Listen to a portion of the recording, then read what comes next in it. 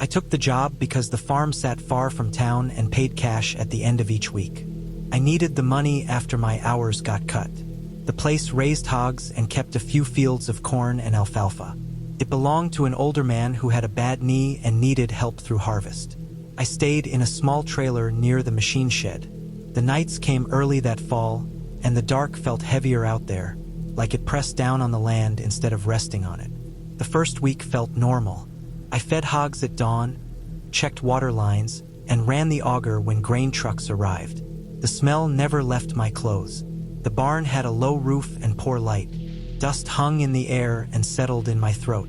I learned the sounds of the place. The hogs shifted and grunted.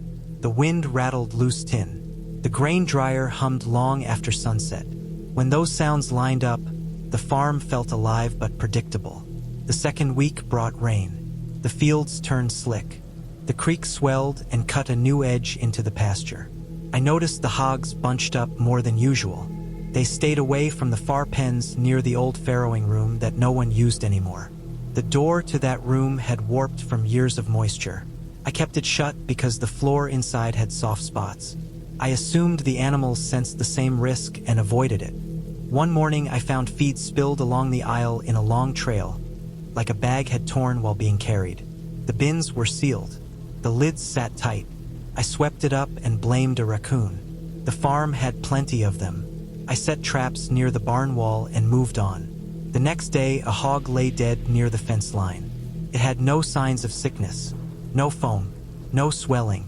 The fence wire nearby sagged low, pressed down as if something heavy leaned there for a long time. I dragged the carcass to the pit with the tractor and covered it with lime.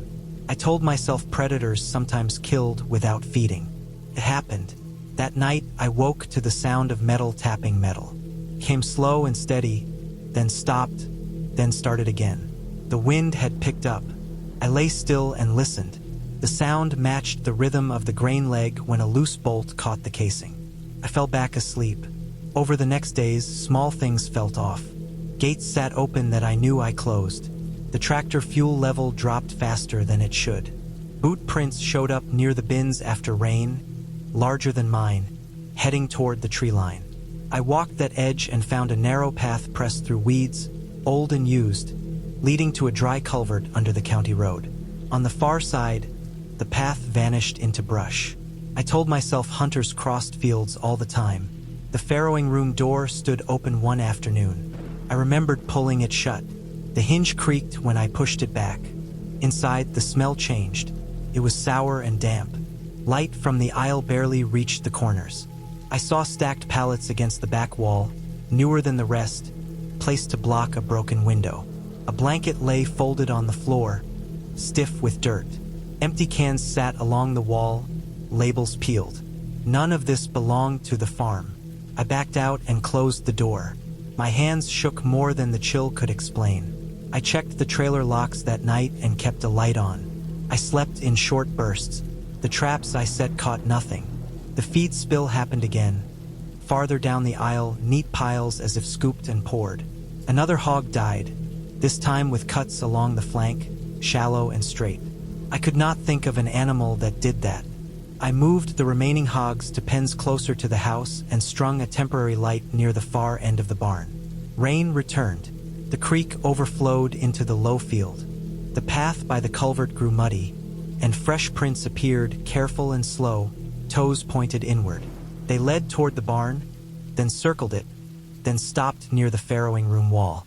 I found a scrap of fabric caught on a nail, gray and thick, like workwear. I stayed alert.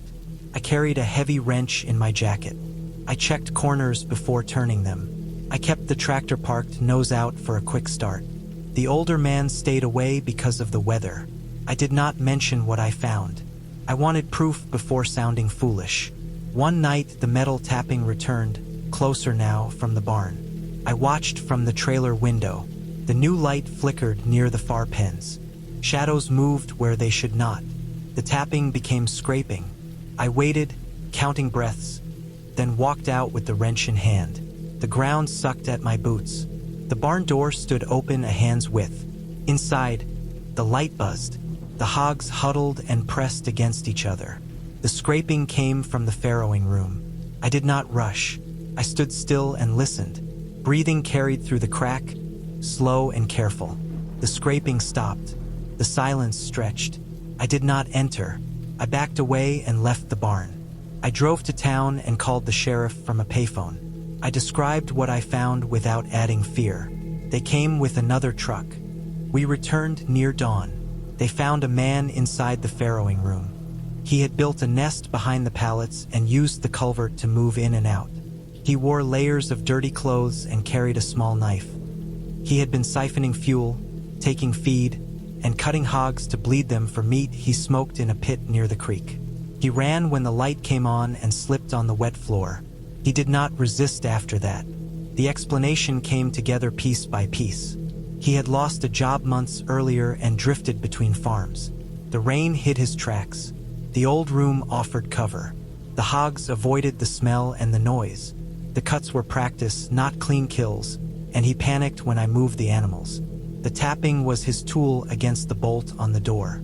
After they took him away, we cleaned the room. We burned what could burn and hauled the rest to the dump.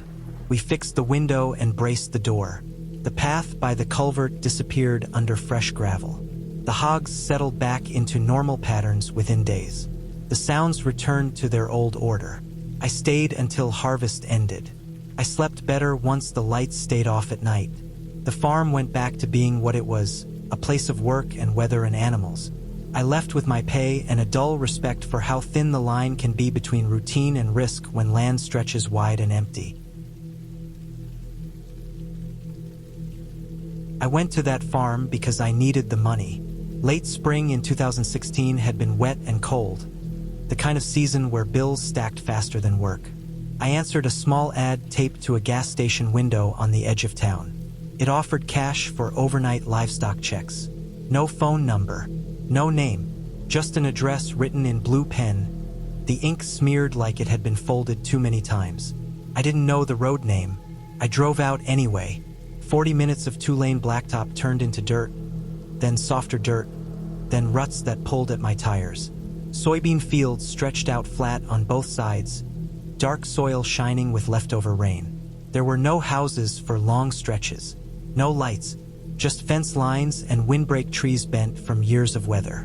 The farm sat low in a shallow dip, hidden from the road. The driveway curved down and disappeared between tall weeds and rusted fence posts. The barn came into view first. It leaned slightly, boards gray and rough, roof patched in different colors of metal. A few dim lights burned inside. A small calving pen sat nearby, fenced with heavy panels wired together in a hurry. Beyond that was a tree line, thick and uncut, running along a creek I could hear but not see. The farmer wasn't there. His truck was gone. The yard felt empty in a way that stood out. Tools lay where they had been dropped. A feed bag was split open near the barn door, grain soaked into the dirt. Inside the barn, I found a note taped to a support beam. The paper was old, folded and unfolded many times. It said to watch the calves through the night because something had been stressing them. No signature, no other instructions. I assumed coyotes. That was common enough. I had seen what they could do to livestock when they worked a fence line long enough. I told myself that was the reason the ad had no phone number. Some farmers didn't like dealing with people. They paid cash. They stayed quiet. I checked the calves before dark. There were 9 of them, all born within the last few weeks. They were penned together with their mothers close by in an adjacent enclosure. The calves looked healthy, full bellies, bright eyes. They shifted and bumped into each other, restless but calm enough. I walked the fence, checked for loose wire, fresh digging, signs of animals trying to push through. I found nothing. Night settled in fast. Clouds rolled in and killed the moon. The barn lights cast weak yellow pools that didn't reach the tree line. The air smelled like wet soil, manure, old hay. Frogs started up near the creek. The sound filled the dark and made it feel busier than it was. I sat on a folding chair near the pen and drank coffee from a thermos. Around 10 p.m., the calves began to move more than before. They paced, pressed close to each other, then spread out, then crowded again. Their mothers shifted and stomped, low sounds vibrating in their chests. Still no noise from the woods, no howling, no rustle. At 11:30 p.m., every calf broke at once. They started running in tight circles, hoofs tearing into the soft dirt. Their heads were high, eyes wide, whites showing. They didn't cry out. They didn't bawl. They just ran, slamming into each other, into the fence again and again. I scanned the field beyond the barn lights. Nothing moved. No headlights. No shadows cutting through the beans. The frogs went silent all at once, as if someone had flipped a switch. I grabbed a flashlight and climbed the fence. I thought maybe one calf had gotten tangled or injured and the others were reacting to that. The moment my boots hit the dirt inside the pen, the smell hit me. It was thick and wet, rot mixed with animal musk, like fur left in heat too long. It stuck in my throat and made my eyes water. The calves pressed past me, bodies slick with sweat and fear. Their sides heaved. One slammed into the fence hard enough to cut its flank open on a twisted wire. Blood ran dark down its leg and mixed with mud. The fence shook with the force of them hitting it. I swept the flashlight beam across the pen, then out toward the trees. The light died before it reached the edge. I heard movement then, heavy steps, slow, measured. Not the quick, light sound of a coyote, not the scuffle of deer. The steps came from just beyond the tree line, where the light stopped. Whatever it was stayed there. It didn't rush. It didn't retreat. The smell grew stronger, carried on a faint breeze that wasn't there a moment before. Wet fur, old decay, something that had been living in filth. I stood still. My heart hammered so hard I could feel it in my neck. The calves screamed then, high and sharp, voices tearing at the night. They threw themselves at the fence until their bodies shook. Metal groaned, wire snapped and whipped back. The steps circled the pen, slow and patient. Branches cracked under weight. Leaves brushed against something solid. The light caught nothing but trunks and shadows. The shape never crossed into view. Couldn't see legs. Couldn't see eyes. I could only hear the sound of feet pressing into mud. Time stretched. Minutes passed without change. My arms ached from holding the flashlight. Sweat ran down my back despite the cool air. I thought about climbing back over the fence and running to my truck, but the steps stayed between me and the open yard. They never crossed the light, but they stayed close enough that I could hear breath, low and steady. At some point after midnight, the calves began to slow. They stumbled. They fell and struggled back up. Foam flecked their mouths. Their mothers pushed against the adjacent fence, eyes rolling, breath coming fast. The steps never rushed. They kept their distance. They kept moving. At 2:10 a.m., the movement stopped. The frogs started again, one by one. The smell faded like someone had turned away. The calves collapsed where they stood, chests heaving, legs folded under them. The fence sagged but held. I stayed where I was until the sky lightened. My legs cramped. My hands went numb. I didn't sleep. I didn't move. I watched the tree line until shapes separated from the dark and became normal again. When the sun came up, the farm looked smaller. Ordinary. Mud clung to everything. Steam rose from the ground. The calves lay scattered, sides still rising and falling. One didn't move at all. Its eyes were open and dull. I walked the edge of the pen and found tracks pressed deep into the mud near the fence line. One set, bare, long. The toes were spread too far apart, like the foot had flattened under heavy weight. The heel dug in deep. The stride was uneven, dragging slightly on one side. The prints led along the tree line, never crossing into the open, then disappeared where the ground turned rocky near the creek. I looked for other signs. A torn piece of fabric hung from a low branch, dark with old stains. There were no tire tracks, no shell casings, no tools left behind. Just the smell lingering faintly near the trees and the prints sinking into the earth. I loaded my chair and thermos into my truck. I didn't go back into the barn. I didn't wait for the farmer. I drove straight home, windows down, trying to air out the smell that clung to my clothes. I never got paid. I never heard from the farmer. A week later, I drove past the gas station again. The ad was gone. Months later, I heard a rumor about a man who had lived along that creek years earlier, someone who avoided town, someone who slept in sheds and ate what he could take. They said he walked with a limp from an old injury. They said livestock calmed when he was gone. I don't know if that was true. I only know what I saw and what I smelled. The calves had been stressed by something that understood fences and light and distance. Something that didn't rush because it didn't need to. I didn't go back to that road. I didn't take overnight work again. I kept my hours cut and my bills late. That felt safer than standing in a pen at night, waiting for slow steps to circle just out of sight. I was hired seasonally in September 2021 to guard equipment at an orchard after repeated thefts. Sounded simple. Sit in a truck. Watch the rows. The owner had lost fuel, tools, and a few batteries off tractors. Insurance wanted someone there at night. I needed the work. Harvest season paid better than most short jobs, and the hours were steady. The orchard sat outside town, tucked into a shallow valley where fog settled heavy after sunset. Rows of apple trees stretched out in straight lines, trimmed low but still tall enough to hide someone if they moved carefully. The ground between the rows was packed dirt and fallen fruit. The smell of apples hung in the air all the time, sweet and sharp, mixed with dust and leaf rot. My routine was the same every night. I parked the truck near the center lane where I could see down several rows at once. I left the engine off to save fuel and keep the noise down. I kept the windows cracked. I checked the time often. I watched shadows move as the wind shifted the branches. Most nights were quiet enough that my thoughts wandered. The first few shifts passed without anything worth noting. Deer showed up once. A raccoon knocked over a crate near the shed. The thefts didn't happen while I was there, and I started to think the job would end without incident. The night it changed was cool and damp. Fog rolled in around midnight and sat low to the ground, thinning higher up between the trees. The moon was half covered by clouds, just enough light to outline the rows. I was awake, alert enough, sipping coffee that had gone cold.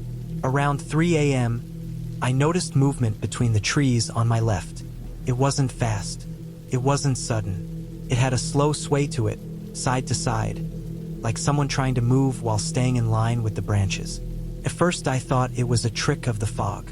Then it shifted again, closer. I leaned forward and watched.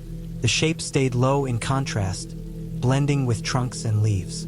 I couldn't see arms or legs, just the sense of something passing behind one tree and then the next. I told myself it was a person checking equipment. Maybe the owner had come out without telling me. That idea didn't fit, but it was easier to hold onto than the alternative. I flashed my headlights once, sweeping the row with white light. The trees jumped into sharp focus. Leaves gleamed wet. Apples shone dull red and yellow. There was nothing between them. No figure. No movement. The fog scattered the beam and settled again. I waited. My hands stayed on the wheel.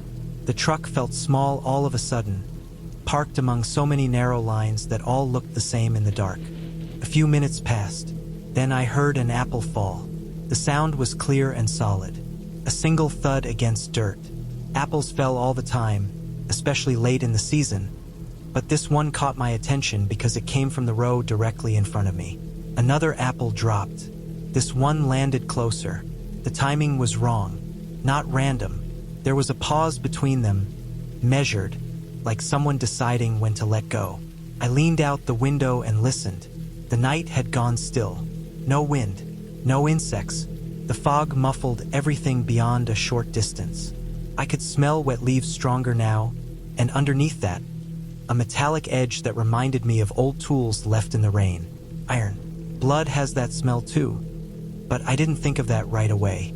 A third apple hit the ground.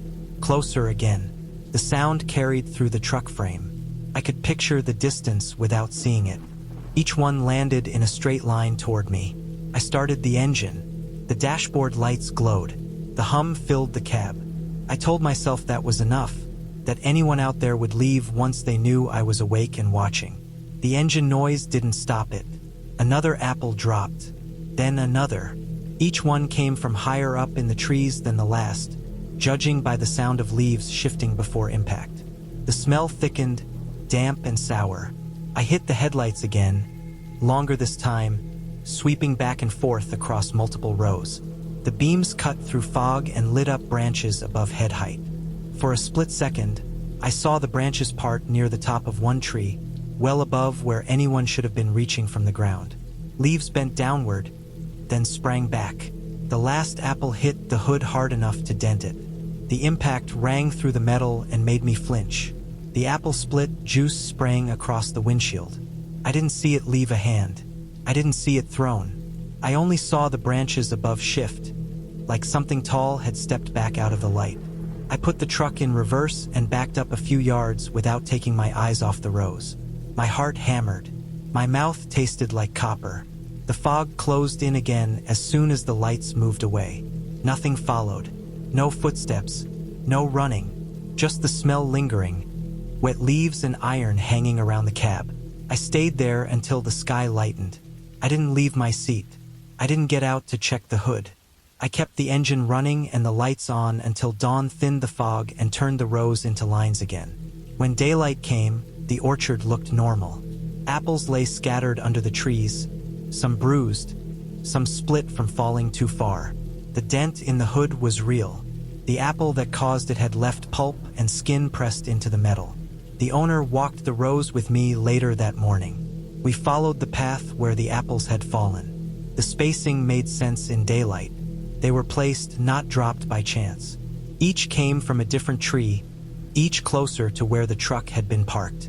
We stopped when we saw the apples still hanging. Several of them had dark bruises pressed into their skins while they were still attached to branches. Finger-shaped marks sank into the fruit, deep and clear. The height was wrong. They sat well above my reach, even standing on uneven ground. There were no broken branches below them, no signs of ladders or equipment being used. The marks weren't sharp. They weren't clawed. They looked like hands squeezing too hard, holding on too long. Whoever did it had stood close enough to leave pressure without tearing the fruit free. The explanation came together slowly over the next few days. The theft stopped. Night shifts were shut down. Equipment was moved closer to the house and locked behind new fencing. The owner said the orchard had moods, that it changed when people stayed after dark. He treated it like a place that needed to be left alone at certain hours. What made sense to me was simpler and worse. Someone had been living nearby, moving through the orchard at night, tall enough to reach into the upper branches, strong enough to throw fruit with force and control. The smell fit someone sleeping in wet ground and rusted metal, someone injured and bleeding, maybe from climbing or cutting themselves on old equipment. The slow movement matched someone used to hiding, careful, patient. The apples were a warning, a way to measure distance, to see how close I was willing to let it get. When I didn't leave, the message got clearer. I didn't take another night job there. I didn't argue when the shifts ended early. I washed my clothes twice to get the smell out, but it lingered in my head longer than that. Even now, when I pass orchards after dark, I look at the tops of the trees first, at the branches that move without wind, and I keep driving. I took the job in late October of 2015 because work in the city had slowed to nothing, and I needed money. The farm was tucked far off a gravel road, a long drive from the nearest town. There were fields stretching in every direction, brown and bare under the early frost, and the only buildings were low, metal-sided barns, silos, and a small, faded trailer that I would live in. The man who owned the place was an older guy with a bad leg, and he had hired me to help with the animals and the harvest. The trailer was tight and smelled faintly of old wood and smoke from the small stove that barely warmed it, but I didn't care. I just needed work, and this was all I could find. The first night I stayed, I walked through the pig barns with a flashlight, checking that the feeders were full and the water lines hadn't frozen. The animals were calm, but the smell hit me immediately, a sharp mix of ammonia and wet straw that made the back of my throat burn. I could hear the pigs moving in their pens, soft thumps and snuffles, the sound echoing against the metal walls. The cold outside pressed against the windows, and my breath left faint clouds as I moved. The night was quiet except for the occasional groan of the wind against the roofs and the distant, hollow clink of a water trough shifting. It was the second night that I started noticing things. The pigs in the farthest pens were quieter than the others. Not just quiet, but still like they were holding their breath. At first, I thought maybe they were asleep, or that the cold had slowed them down. I walked past the pens slowly, shining my light into each one. One of the animals was lying on its side, not moving. I froze for a second, the beam of my flashlight catching the way its body was rigid, its eyes open but glassy. I had handled dead animals before, but seeing it like this, here in the barn, made something in my stomach tighten. I checked the others. All of them were alive, breathing in short, quick bursts, their skin mottled with mud and frost. I didn't know what had killed the one pig, but I had a long night ahead making sure nothing else was wrong. I stayed in the trailer that night, the small space feeling smaller with the sounds from the barn outside. The wind pressed against the thin metal walls, and the frost made the windows opaque with ice. I tried to sleep but kept waking at every creak and groan. The smell from the barns drifted in faintly whenever I opened the door, sharp and wet. I could hear the occasional thump of a hoof against the metal siding. By morning, I was exhausted, but I knew I had to get the rest of the animals checked. The owner had warned me about the cold. He said it could kill pigs faster than anything else if the heaters failed, and I realized that night how true that was. Over the next week, things got worse. The water lines would freeze, even with the heaters running, and I had to carry buckets from the main troughs to each pen. Some of the animals started coughing, a rough, rattling sound that shook their small frames. I sprayed, cleaned, and fed, but I couldn't stop it completely. Each night, I went through the pens, shining my flashlight and counting, making sure every pig was moving. I learned the noises of the barn, how a sick pig sounded different, how the mud underfoot shifted when they moved. I memorized which animals were slow, which were strong. The work was exhausting, and the cold got into my bones, but I kept going. There was no one else. If I didn't do it, nothing would. One night, a week in, I was walking past the farthest pen when I noticed something unusual. The pigs there were restless, jostling each other, snorting, but none were actually feeding. One of the feeders had tipped over, spilling grain onto the straw. I bent down to right it, and that's when I noticed the mud beneath it. It was darker, wetter, sticky, and I realized it wasn't just mud. One of the pigs had injured itself badly. Its leg was bent at an unnatural angle, skin torn, blood soaking the straw.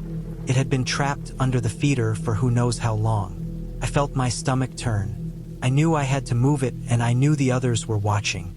The pigs can sense tension, fear. I pulled the injured animal free, supporting its weight, feeling it tremble and whine softly. I carried it to a clean stall and managed to clean the wound as best I could with water and disinfectant, wrapping it as carefully as I could. By the time I finished, my hands were raw from the cold water and the sting of the disinfectant. I stayed with it for hours, listening to its labored breathing, feeling the rhythm of its heart through the thin wall of skin. I had never spent that much time alone with an animal in pain. It was exhausting, but I couldn't leave it. The next morning, I made the call to the owner. He arrived late in the afternoon, leaning on his cane, and he looked at the pig, shaking his head. There was nothing he could do. The leg was broken beyond repair. He put the animal down himself, a quick shot behind the ear. I watched, feeling helpless, the smell of blood and metal sharp in my nose. He said it was the way things were on a farm. You couldn't save everything. I nodded, though I didn't feel any understanding. I went back to the barns and kept checking the other pigs. But that night, everything felt different. The quiet pens now seemed like potential danger.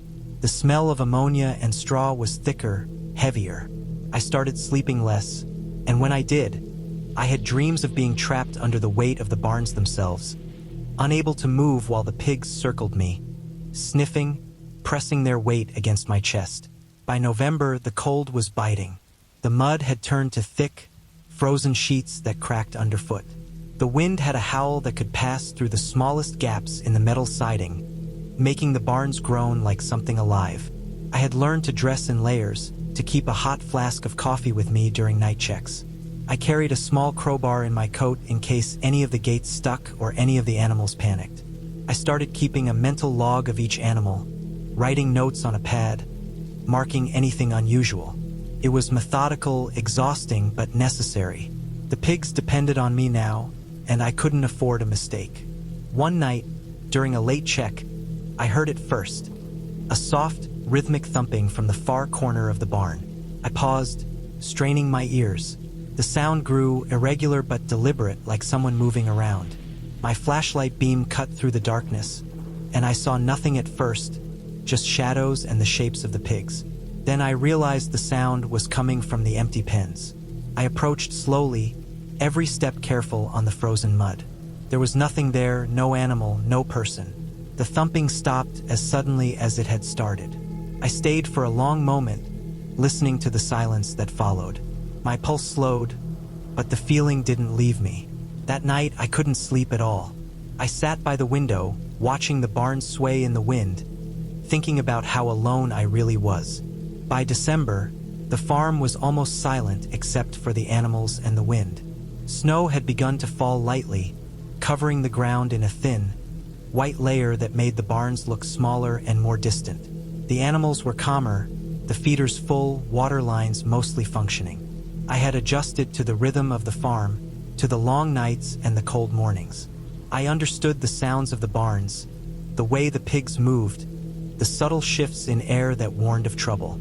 It wasn't easy, and it had taken every ounce of attention and patience I had, but I had survived the winter so far. The last night I stayed before the owner came to take me off for a few days. I walked the barn slowly, checking each pen, shining my light over every animal. They were all alive, warm, breathing, moving normally. The frost on the windows caught the moonlight, casting shadows that made the barn seem larger than it was. I took a deep breath, feeling the cold bite my lungs, and realized I hadn't felt truly scared in weeks. The thumping from the empty pens never returned, and the tension that had gripped me that first week had eased. I understood the farm now, its dangers, its rhythms. I understood that fear was part of the work, but control and attention could keep it at bay. I left the trailer that night, locking the door behind me, walking past the silent barns. The snow crunched under my boots. The smell of the pigs and straw, ammonia and mud, clung to the cold air. I looked back once at the buildings, long and low against the night sky, and I felt something I hadn't felt when I first arrived. Respect. For the animals, for the work, for the quiet, unforgiving rhythm of the farm. I got into my truck, started the engine, and drove down the gravel road, leaving the farm behind for a short while, knowing I would return. I had learned how to survive here, how to stay alert, and how to respect the small, silent threats that existed in plain view. That was enough. I understood now what it meant to work on a farm in winter, alone, with nothing but the animals and the cold, and it changed the way I would see the world forever. I took the job in the summer of 2009 because I had nowhere else to go. The work was steady, the pay was cash, and the farm sat far enough from town that no one asked questions. It was a dairy operation surrounded by rolling pasture and long fence lines that vanished into tree cover. The main barn was old timber with a metal roof patched in places. The milking parlor was newer, added on years later, connected by a narrow concrete corridor that always smelled of wet hay and manure.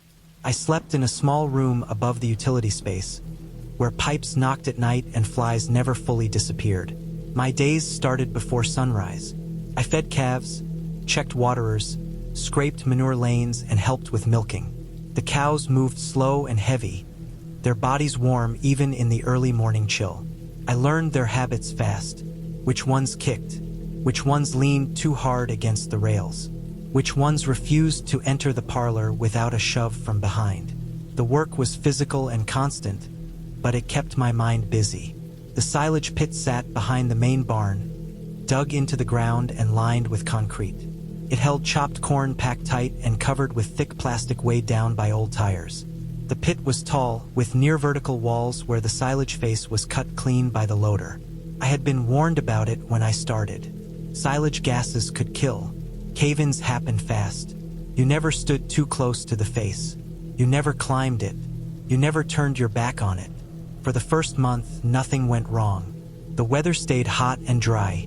The pit smelled sweet and sour at the same time, heavy in the air.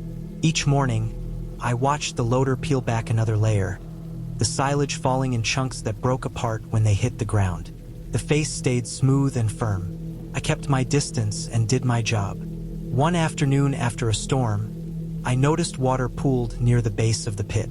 The plastic had torn near the top edge, letting rain seep down behind the silage. The face looked darker in spots, streaked where moisture had run through. I reported it and was told it would be handled later. Work kept moving. Over the next few days, the smell changed. It became sharper, almost bitter, and it burned the back of my throat when the wind blew from the pit toward the barn. I started getting headaches during feeding. At first I blamed the heat. Then I noticed the cattle seemed restless near the pit. They shifted their weight and snorted when the loader passed. The calves refused to drink from the trough closest to it. One morning, I walked past the pit before sunrise to grab tools from the shed behind it. The air felt heavy, like breathing through damp cloth. My chest tightened after a few steps. I stopped and waited, breathing slow, until it passed. I told myself it was nothing and kept moving. That afternoon, I was assigned to help clean up spilled silage at the base of the pit. The loader had dropped more than usual, and it had started to rot where it sat. I wore gloves and worked with a shovel, staying close to the ground. The face loomed above me, tall and quiet. I could hear small bits falling now and then, soft taps against the pile below. As I worked, I noticed cracks running vertically along the face, thin lines that hadn't been there before. They were darker than the surrounding silage and slightly damp. I stepped back and watched for a moment. Nothing moved. The loader was shut off. The air was still. I kept shoveling. The smell grew stronger near the wall. It made my eyes water. My head started to throb behind my eyes. I shifted farther back, but the space was tight. The pit was narrow at the bottom, with little room to retreat. I focused on finishing the job fast. Then I heard a low sound, like a deep breath being released. The face bulged outward in one section, slow at first, then faster. I dropped the shovel and moved back as far as I could. The wall of silage collapsed in a heavy wave, blocks the size of refrigerators breaking loose and crashing down. The ground shook. Dust and gas rushed out in a thick cloud. I ran, but the air hit me hard. My lungs burned. My vision narrowed. I stumbled and fell forward, landing on my hands and knees. The ground felt soft beneath me, sinking slightly as more silage slid down. I tried to stand and couldn't. My legs felt weak, like they were not connected to my body. I crawled, dragging myself away from the pit, my head spinning. Every breath felt wrong, like my body was forgetting how to take it. I reached the edge of the open space and rolled onto my side, gasping. The world tilted and dimmed. I don't know how long I lay there. When I came around, the sun had shifted, and the air felt lighter. My head pounded. My mouth tasted metallic. I pushed myself up and staggered away from the pit, keeping distance. My clothes were smeared with silage juice and dirt. My hands shook so badly I had to sit down again. The rest of the day passed in a blur. I stayed out of the pit area. By evening, the headache had eased, but a deep fatigue settled in. That night, I woke several times short of breath, my chest tight and sore. Each time, I sat up until it passed. The next morning, I saw the damage clearly. The face of the pit was no longer straight. A large section had collapsed inward, leaving a jagged edge and a pile of broken silage at the base.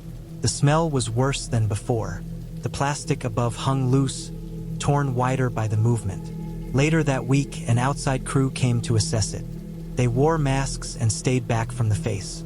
The verdict was simple. Water infiltration had weakened the pack.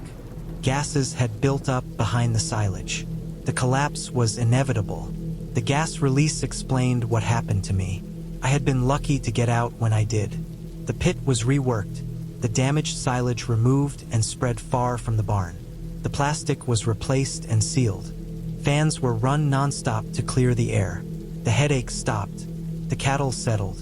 I stayed through the end of the season. I never worked near the pit again without keeping distance. I watched the face every time I passed, reading its surface, looking for changes. I learned how quiet danger can be on a farm.